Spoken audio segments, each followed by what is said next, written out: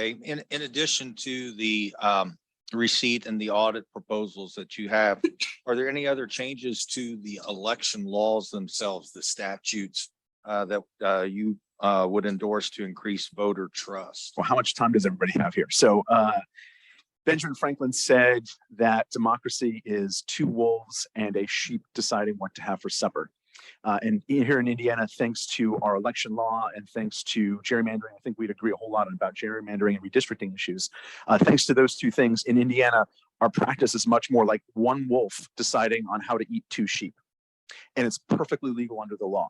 So keep in mind that our election law is written by the two parties that are in power. And in Indiana, we have one supermajority government.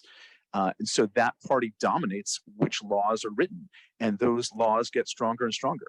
Imagine if you have an even coin and you flip it, and heads, tails, right? The even number of landings. If one party, one side gets to write the rules better and says, well, if it lands the other side, by law, you have to revert it back to me. Now, all of a sudden, there's an imbalance, and that imbalance gets stronger and stronger and more exaggerated. And that's how we have the super majority government today. We could look at redistricting, we could look at campaign finance, and I think it's indicative to see that the supermajority government redistricted out the two or three of their key opposition votes within their own party, and those people will no longer be in office next year.